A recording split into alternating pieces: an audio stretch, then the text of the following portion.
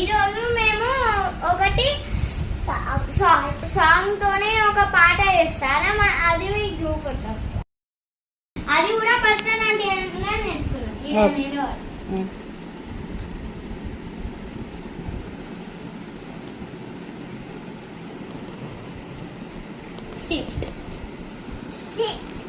మూషిక వాహన మోదక హస్తాస్ తామన కన్నకి